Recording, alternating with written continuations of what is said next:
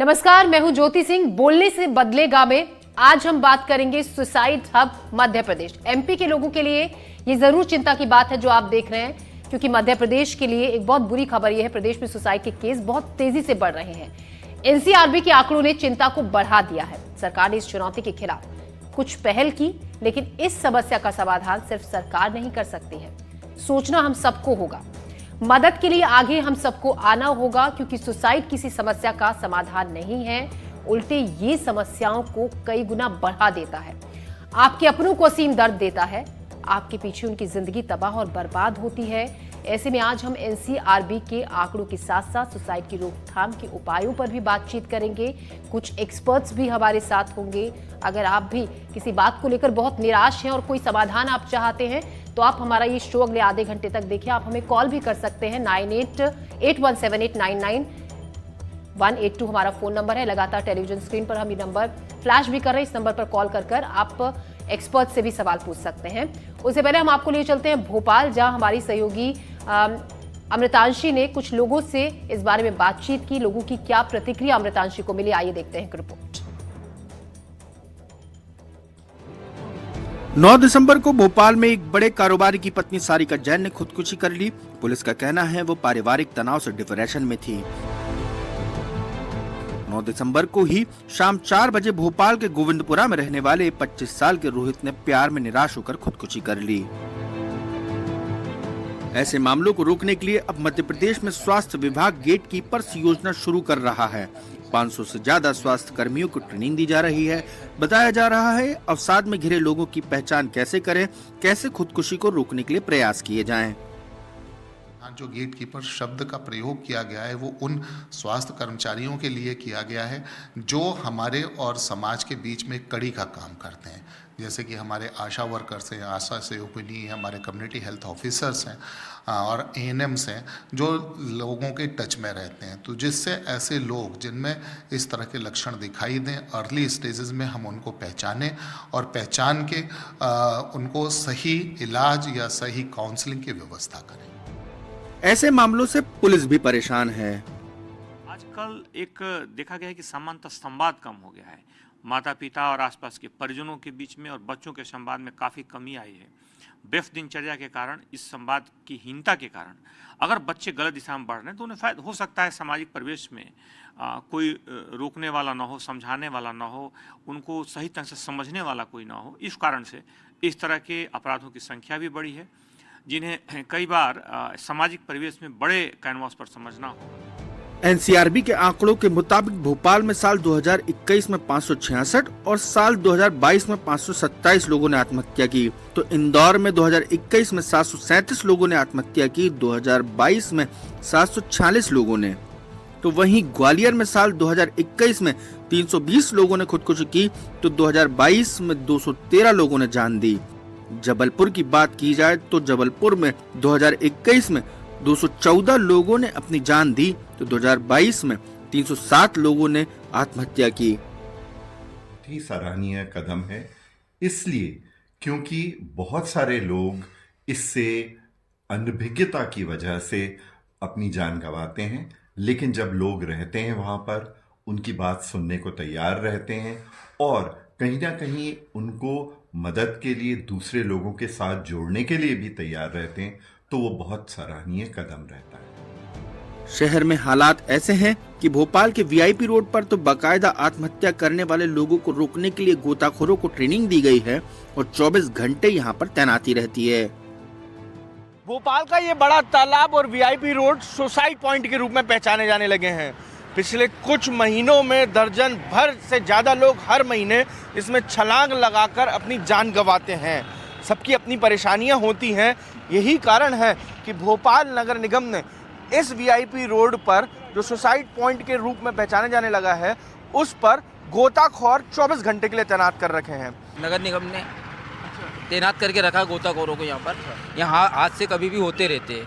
ये पूरी हादसों की जगह है। अच्छा, आप कहाँ बैठते हो? नज़र कहाँ से रखते हो? यहाँ से नज़र रखते हैं हम। वो सामने वाली जगह। यहाँ से क्या है, पूरा एरिया कवर होता है हमारा। अच्छा। यहाँ से राजा भोज तक जो भी कोई हरकत करता है पानी में कूदने की, तो हमें यहाँ से दिखाई देता है। अच्छा। और वैसे क्या नाम है, यहाँ से जो लोग यहाँ पर पानी फुल्की बेचने वाले, आइसक्रीम वाले ऐसा कोई व्यक्ति खड़ा रहता है अकेला तो वो हमें बताते हैं कि कोई खड़ा हुआ है अकेला, तो लगता ही है अलग ही जो अगर सुसाइड करने आता है। मुझसे पूछते क्या टेंशन है आपको घर का, आप हमें बताइए।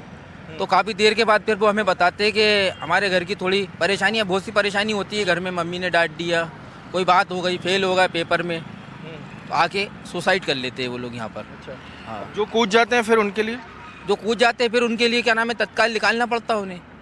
ऐसे कितने लोगों को बचाया आपने जो सुसाइड? मैंने लगभग 30 लोग में ही बचा चुका है यहाँ से। सरकारी और अलग अलग एजेंसी के आंकड़े बताते हैं कि किस तेजी से मध्य प्रदेश में खुदकुशी के मामलों में इजाफा हो रहा है।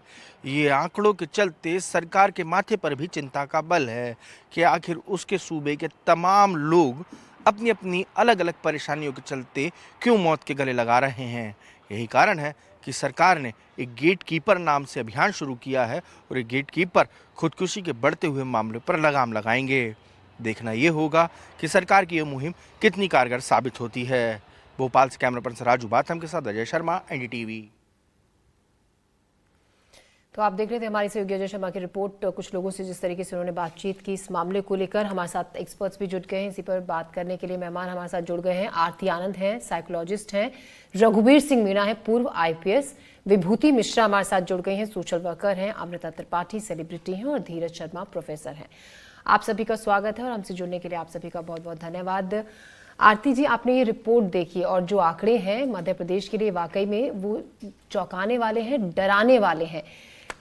अगर हम बात करें जिस तरीके से सुसाइड के मामलों में इजाफा हो रहा है, क्या वो मनस्थिति उस वक्त होती है किसी भी ऐसे शख्स की जो ये कदम उठाता है, किस तरीके से हम उस पर लगाम लगा सकते हैं? देखिए, ज्यादातर लोग जो सुसाइड करते हैं उनको मानसिक रोग होता है, डिप्रेशन, यानी कि सिवियर डिप्रेशन के शिकार होते हैं। और इनके ये एक कारण बहुत सारे हो सकते हैं। कारण ये हो सकता है कि उनको लंबे समय तक उनको बहुत सारी परेशानियां हैं, फैमिली प्रॉब्लम्स हो सकते हैं, फाइनेंशियल प्रॉब्लम्स हो सकते हैं जो वो जूझ रहे हैं और वो जूझ नहीं पा रहे। दूसरा, या किसी प्रियजन की मौत या ब्रेकअप, या जैसे आपने अभी दिखाया, बच्चों को ये लगता है कि मेरे मार्क्स नहीं आए और एकदम से इम्पल्सिव एक्शन ले लेना कि अब सुसाइड ही हल है। तो कई बार क्या होता है, जब इंसान ये सोच लेता है कि मेरे पास आगे कोई चारा नहीं है, हेल्पलेसनेस, जब वो असहाय महसूस करता है और उसे ये लगता है कि आगे मेरा सारा जीवन अंधकार ही अंधकार है, वो एक नेगेटिव थॉट में ही फंसा रहता है, तब वो सुसाइड करने की सोचता है।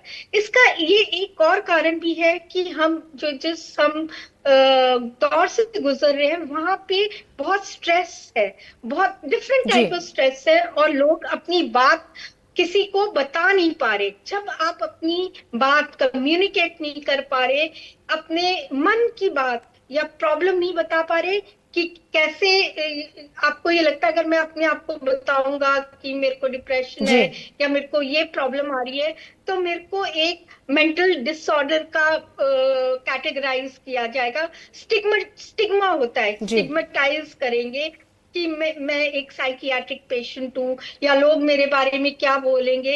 एक डर और एक तनाव की जो एनवायरनमेंट वो अपने लिए खुद बना लेते हैं, उससे उनको बस यही लगता है कि मैं सिर्फ सुसाइड करूं। तो the most important thing is कि हमें एक ओपन एनवायरनमेंट बनाना चाहिए, फैमिली में भी और सोसाइटी में भी। तो बात बेसिकली बात की जाए, आप परेशान हैं किसी चीज को लेकर, बात कीजिए। आरती जी, जैसा कि मैं अभी तक जो आपने बताई चीजें उससे समझ पाई हूँ। रघुवीर सिंह जी, बहुत से मामलों में देखिए, सुसाइड करने वाले मामलों में ये भी देखा जाता है कि कई बार कोई शख्स जो सुसाइड जैसा बड़ा स्टेप उठाता है, सिस्टम से वो हार गया, थक गया होता है। कई बार उसे जिस मदद की दरकार, जिस उम्मीद वो सिस्टम से करता है, उसे वो नहीं मिलती है। आप इस बात से सहमत हैं? बिल्कुल सहमत है मैडम जी। क्या है कि सुसाइड के अलग अलग वर्गों में अलग अलग उसके कारण रहते हैं।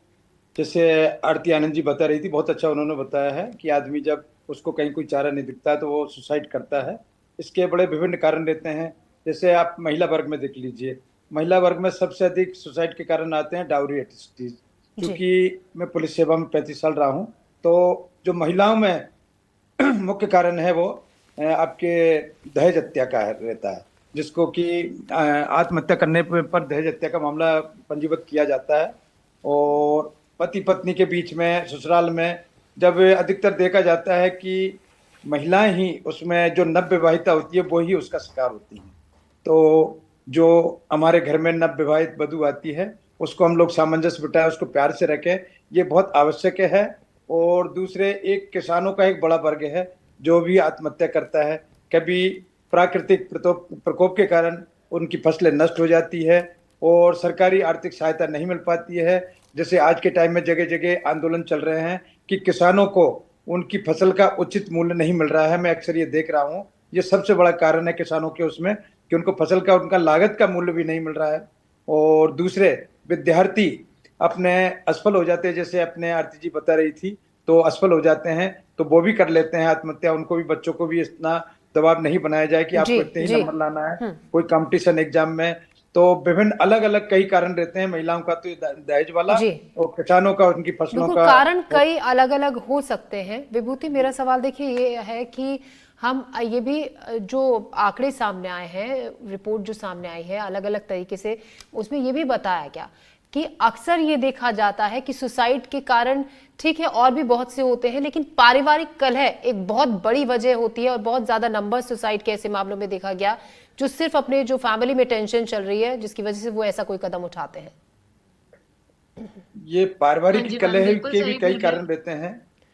सर, ये मेरा सवाल विभूति जी से था। विभूति जी, आपसे सवाल है, मैं आपके पास लौटूंगी वापस। विभूति, जो कि मेरा अभी सवाल था कि और मामलों से हटकर पारिवारिक टेंशन, वो कलह एक बड़ी वजह होती है सुसाइड के मामलों को लेकर। बिल्कुल सही बोल रहे हैं। अभी देखा जाए तो परिवार बहुत ज्यादा टूटते हुए नजर आ रहे हैं। हमको हमारे पेरेंट्स के साथ, हमें बुजुर्गों के साथ समय व्यतीत करना चाहिए। जो बच्चे आजकल करते हैं, दिन दिन भर बाहर रहते हैं या ऑफिस के कामों में इतना व्यस्त रहते हैं कि अपनी फैमिली के साथ, अपने परिवार के साथ टाइम स्पेंड नहीं कर पाते। तो वो चीजें उनको ओवर थॉट करती हैं बहुत ज्यादा, और उस चीजों को लेके और बहुत ज्यादा इनिशिएट करती हैं कि हमारे पास कोई चारा नहीं है। अगर हम परिवार से जुड़े रहेंगे, उनसे बात करेंगे, उनकी थॉट्स लेंगे, क्योंकि बड़ा पूरा परिवार होता है तो हमको नई नई चीजें सुनने को मिलती हैं। शायद हम उनके थॉट के थ्रू अपनी चीजों को रोक सकें और आगे बढ़ सकें। इसलिए हमेशा से कहते हैं बड़े बुजुर्गों को सोचना चाहिए, सुनना चाहिए, अपने माँ बाप के साथ, उनका दोस्त यारों के साथ रहना चाहिए, दोस्तों के साथ रहना चाहिए। अकेले कभी भी कोई ऐसा मतलब कभी कभी आइसोलेट कर लेते हैं बहुत सारे लोग अपने आप को किसी परिस्थितियों को लेके। ऐसा ना करके लोगों से मिलें, बात करें, अपनी चीजों को शेयर करें, ताकि हमारी जो थॉट प्रोसेस है वो आगे बढ़े, ना कि रुक जाए किसी भी चीजों को लेके। बिल्कुल विभूति, क्योंकि ये कहा जाता है कि आप परिवार के साथ वक्त बिताएं, अपने दोस्तों के साथ वक्त बिताएं, क्योंकि सिर्फ कई बार बात करने से आपकी बहुत सी समस्याओं का हल हो जाता है। आपको अगर कोई सुनने वाला मिलता है तो आप बहुत अपनी चीज़ों को, जिन चीज़ों को लेकर अंदर ही अंदर परेशान हो रहे होते हैं, आप उसको बाहर निकाल लेते हैं। अमृता, सेलिब्रिटी आप हैं एक, क्योंकि देखिए बहुत से मामलों में हम ये भी देखते हैं, कई बार आप अपने करियर को लेकर इतने परेशान हो जाते हैं, आप जो सोचते हैं आप उसको अचीव नहीं कर पा रहे हैं, या फिर आपको थोड़ा सा वक्त लग रहा है, तो कई बार कुछ लोग जो होते हैं, खासतौर से युवा, इतनी जल्दी हिम्मत वो हार जाते हैं कि सुसाइड जैसा बड़ा कदम वो उठा लेते हैं।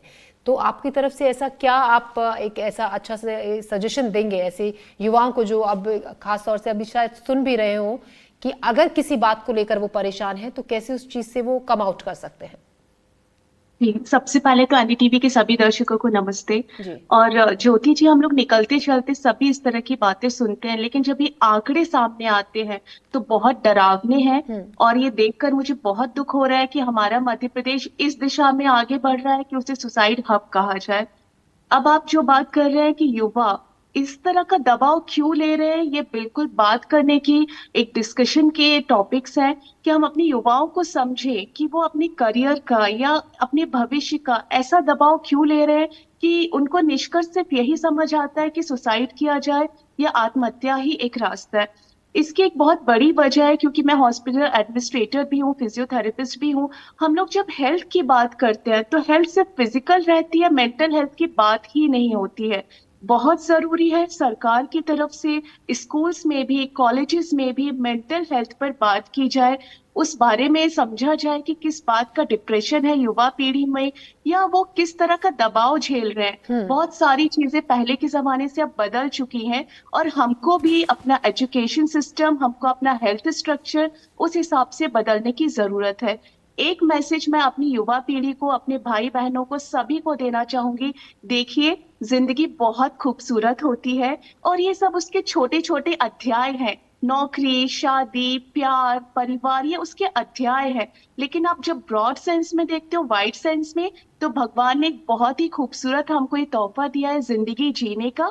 इसको भरपूर जिए आप। इसमें किसी भी तरह का दबाव या डिप्रेशन में आत्महत्या जैसा कदम तो बिल्कुल नहीं उठाना चाहिए। ये स्पिरिचुअली भी गलत है, सामाजिक तौर पर भी गलत है, अगर न्याय तौर पे देखें वो भी गलत है। जी धीरज जी, देखिए अभी जैसा कि अमृता भी बता रही हैं कि अब स्कूल कॉलेजेस में मेंटल हेल्थ पर बातचीत होनी चाहिए, हो भी रही है। अब कोर्सेज में इसको इंक्लूड किया गया है बहुत सी जगह पर। अब डिप्रेशन को लेकर बातचीत होती है। आप इसको कितना ज़रूरी मानते हैं और क्या लगता है कि इससे फ़र्क पड़ता है आज के युवा वर्ग में खास तौर पर? पहले तो आपका धन्यवाद इनवाइट करने के लिए। डेफिनेटली आज ये जो सुसाइडल टेंडेंसी है युवाओं में बहुत ज्यादा बढ़ रही है। इसका कारण है बच्चे, जब मैं बात करता हूँ, मैं कॉलेज एजुकेशन में हूँ, कि बच्चे बहुत ज्यादा डिप्रेस। इसके बहुत से कारण हैं। एक तो हम बात करेंगे हमारी सामाजिक समस्याएं हैं, रिलेशनशिप है, उसके बाद ऐसे कैरियर को लेकर आर्थिक समस्याएं हैं, कई कैरियर में बढ़िया तरह सेटल नहीं हो पा रहे, तो ऐसे बहुत से इश्यूज हैं। उसके कारण कहीं ना कहीं युवाओं के मन में मानसिक अवसाद पैदा होता है और हमारे समाज में कहीं भी इस प्रकार के मेंटल इश्यूज होते हैं, उनको स्टिग्मा माना जाता है, उनको कहीं भी एड्रेस करने की कोशिश नहीं की जाती, उन्हें हमेशा हीन भावना से देखा जाता है। तो समय आ गया है कि बच्चों को मोटिवेट करें। सबसे बड़ा कारण जो है, आजकल पहले फैमिली ज्वाइंट होती थी, जहां पर उनकी समस्याओं को सुनने वाले बड़े बूढ़े बुजुर्ग हुआ करते थे, किंतु फैमिली न्यूक्लियर हो गई है, जिसमें दोनों पेरेंट्स वर्किंग है, दोनों काम पे जाते हैं, बच्चों के लिए समय नहीं होता, बच्चों की समस्या को सुन नहीं पाते। तो कहीं ना कहीं गैप बहुत ज्यादा बढ़ गया है। इस गैप का दुष्परिणाम भी देखने को मिल रहा है। जैसे पेरेंट्स की अपनी खुद की भावनाएं, यदि पेरेंट्स किसी बड़े पद पर है तो बच्चों को चाहते हैं कि वो भी उस पद पर पहुंचे, किंतु बच्चे की कुछ दूसरे किसी क्षेत्र में अच्छा करने की इच्छा है, तो वो दबाव कहीं ना कहीं बच्चे को लगता है कि वो उस अवसाद को झेल नहीं पाएगा, तो वो सुसाइडल स्टेप्स उठाता है और अपनी जिंदगी की ई लीला को तो लाइफ में बहुत ज्यादा एक्सपेक्टेशंस और कहीं ना कहीं परिवार का जो दायरा है वो सिमटता जा रहा है, वो एक बड़ी वजह है। एक कॉलर हमारे साथ जुड़ गए हैं, राकेश है हमारे साथ मंडला से। जी कहिए, क्या कहना चाहते हैं, क्या राय आप इस पर मुद्दे पर, टॉपिक पर रखना चाहते हैं सर? मैडम, मैं राकेश मरकाम मंडला जिला मध्य प्रदेश से हूँ जी। मैं 2006 से एक संघर्ष कर रहा हूँ हाई कोर्ट में जी बेसिक के प्रति, और मैं जो है वो बेसिक मेरे को मिलने के लिए जो है ना 2023 में मेरे को वो मिल भी गया, हाई कोर्ट का डिसीजन भी हो गया। इसके बाद में जो है ना अभी तक मेरे को वित्त विभाग ने कोई परमिशन नहीं दिया। बहुत से लेटर यहाँ से डाले प्रिंसिपल साहब ने, पॉलिटेक्निक में हूँ, एज ए इंस्ट्रक्टर हूँ मैं, है ना। इसके बाद में भी नहीं मिला और 1.5 साल करीब होगा इसको। फिर मैं कंटेम्प्ट में डाला। अब कंटेम्प्ट का भी अगर कोई डिसीजन नहीं आ रहा तो मैं क्या करूं मैडम, ये बताइए। ये शासन का काम है कि उसको जल्दी जल्दी कर देना चाहिए। अगर न्याय विभाग में, अगर न्यायालय अगर कोई डिसीजन दिया है तो उसको तो कम से कम 1.5 साल में तो क्लियर करना चाहिए मैडम। जी राकेश जी, देखिए हम आपकी परेशानी समझते हैं और हम उम्मीद यही करते हैं कि आगे आपका ये जो काम है, हालांकि बहुत लंबा वक्त हो गया जैसा कि आप बता रहे हैं, जल्द से जल्द सॉर्ट आउट हो। लेकिन अगर आप इस वजह से किसी मानसिक तनाव में हैं तो जैसा कि हमारे एक्सपर्ट्स भी सलाह दे रहे हैं कि आप बहुत ज़्यादा उसको अपने ऊपर हावी ना होने दें और आपका जो काम है उसके लिए आप कुछ और वक्त इंतजार कीजिए, लेकिन उससे आप निराश मत होइएगा आप बिल्कुल भी। हमारे साथ हम लगातार इसी पर चर्चा भी कर रहे हैं। आरती आनंद, देखिए जिस तरीके से कॉलर भी हमें कॉल कर रहे थे और इसको लेकर हमने सवाल भी पूछा था कि कई बार सिस्टम से भी कोई इतना हार गया होता है, आप चक्कर लगा लगा कर दफ्तरों की सरकारी थक जाते हैं, निराश हो जाते हैं। तो ऐसे में हम अपने आसपास कैसे इस चीज की पहचान कर सकते हैं कि हमारे आसपास कुछ जो लोग हैं कोई इतने तनाव में है कि कोई ऐसे कदम के बारे में सोच रहा है, हम बातचीत कर उसको थोड़ा इजी कर सकते हैं? देखिए, अगर आपको कुछ रेड फ्लैग्स दिखते हैं सुसाइड के या तनाव के, तो फैमिली में कई बार आप देखेंगे कि एक बंदे में या पर्सन में चेंजेस आ रहे हैं, मूड चेंजेस आ रहे हैं, इरिटेबिलिटी हो रही है, मन उदास हो रहा है और चुप चुप के बैठना। कई बार जो सुसाइड करने की प्लानिंग कर चुके होते हैं वो कई बार बता देते हैं कि इट्स गुड टू सुसाइड या मेरा मन नहीं लग रहा, तो कई बार वो एक सेंटेंस ही छोटा सा बता देते हैं कि मेरे मन में क्या चल रहा है। तो इन सेंटेंसेस को पकड़ना है, क्योंकि कई बार जो सुसाइडल पेशेंट होते हैं वो अपनी खुल के बात नहीं बताएंगे, वो एक छोटा सा कोई सेंटेंस बोल देंगे, यार अब जीने का भी क्या फायदा, अब तो चले ही जाना चाहिए। सो ये एक सेंटेंस से अगर किसी के परिवार में ये किसी ने बोला है तो आप उससे बातचीत कीजिए और पता कीजिए कि क्या उसको प्रॉब्लम हो रही है। कई बार क्या होता है कि जो पेशेंट है डिप्रेशन का, सिवियर डिप्रेशन अगर उसको हो रहा है तो वो अपना सारा लाइफस्टाइल चेंज कर देता है, सोशलाइजेशन कम कर देता है, खाना पीना उसका कम हो जाता है, ज्यादा सोता है या ज्यादा कम सोता है, उसकी दिनचर्या बदल जाती है एंड अपना ख्याल नहीं रख पाता। तो ये सारे वो आपने पॉइंट्स बताए जिनका हम सोच ध्यान रख सकते हैं अगर कोई हमारे आसपास शख्स इन बातों का जिक्र कर रहा है अपनी बोलचाल की भाषा में, अपनी बातचीत में। हमारे साथ एक और दर्शक जुड़ रहे हैं, अमित पांडे हमारे साथ जुड़ रहे हैं। जी अमित जी, कहिए क्या आप कहना चाहते हैं? मैम, जो आप मैटर है सुसाइड का मेन जो कारण है। हेलो जी, हम आपको सुन रहे हैं सर, अपनी बात पूरी कीजिए। जो मेन कारण है वो कई लोग तो जैसे सभी जो मेरे महानुभाव बैठे हैं इन्होंने जो बताया वो सही है। दूसरा और मेन जो कारण है इसलिए कि मध्य प्रदेश में जो युवा हैं आज के टाइम में गलत वे में जा रहे हैं, तो उनको कैरियर काउंसलिंग करी जाए परिवार के लोगों से साथ, तो गलत वे में नहीं जाए वो, और शासन को भी इसके लिए संज्ञान लेना पड़ेगा। जी अमित जी, शुक्रिया आपका अपनी राय रखने के लिए हमारे साथ। रघुवीर सिंह जी, जिस तरीके से अभी कॉलर जिक्र भी कर रहे थे इस बात का कि किस तरह क्यों युवाओं में इतने ज्यादा मामले बढ़ रहे हैं सुसाइड के, पुलिस की तरफ से कोई जागरूक अभियान, अवेयरनेस प्रोग्राम्स क्या वक्त वक्त पर चलाए जाते हैं, और अगर नहीं चलाए जाते हैं तो किस तरीके के प्रोग्राम्स आगे चलाए जा सकते हैं ताकि इन मामलों में कमी लाई जा सके? नहीं, अभी ऐसे कहीं देखने में नहीं आए हैं कि पुलिस की तरफ से जागरूकता अभियान चलाए जा रहे हैं। भी मेरा कहना है कि पुलिस को चलाना चाहिए जागरूकता अभियान, क्योंकि पुलिस को भी ये, अब जैसे आपके अमृता जी बता रही थी जिंदगी बहुत खूबसूरत है, उन्होंने बहुत अच्छा बताया अमृता त्रिपाठी जी ने, और इस तरह का पाठ्यक्रम में जोड़ना चाहिए और पूरे देश में होना चाहिए। One education one nation one education system होना चाहिए और उसमें ये पाठ्यक्रम अवश्य होना चाहिए, इस पर चर्चा होना चाहिए। उन्होंने बहुत अच्छा बताया है कि जिंदगी बड़ी खूबसूरत है, तो इस तरह से ये पाठ्यक्रम में भी शामिल होना चाहिए। तो इनिशियल स्टेज पे जब वो स्टूडेंट है तभी से उनको लगना चाहिए कि ये छोटे छोटे अध्याय है, ये इनकी बातों में बहुत ही प्रभावित हुआ हूँ। और दूसरे ये पुलिस की तरफ से ऐसे अभी तक चलाए जाने चाहिए। धीरज जी, आप एक प्रोफेसर है, मैं चाहूंगी आप एक अपनी तरफ से युवाओं को क्या वो अच्छी सलाह, टिप्स देंगे कि अगर किसी बात को लेकर वो निराश है अपने करियर में, अपनी किसी जॉब को लेकर, तो किस तरीके से आप उन्हें मोटिवेट कर सकते हैं? एक अच्छा सा सजेशन एक प्रोफेसर की तरफ से।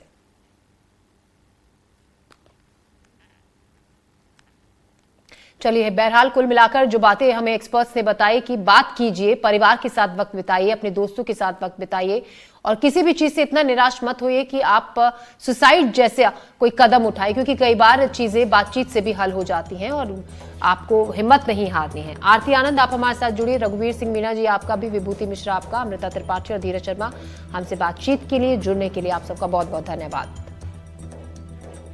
हमारे स्पेशल बुलेटिन में अभी के लिए इतना ही, दीजिए इजाजत, नमस्कार।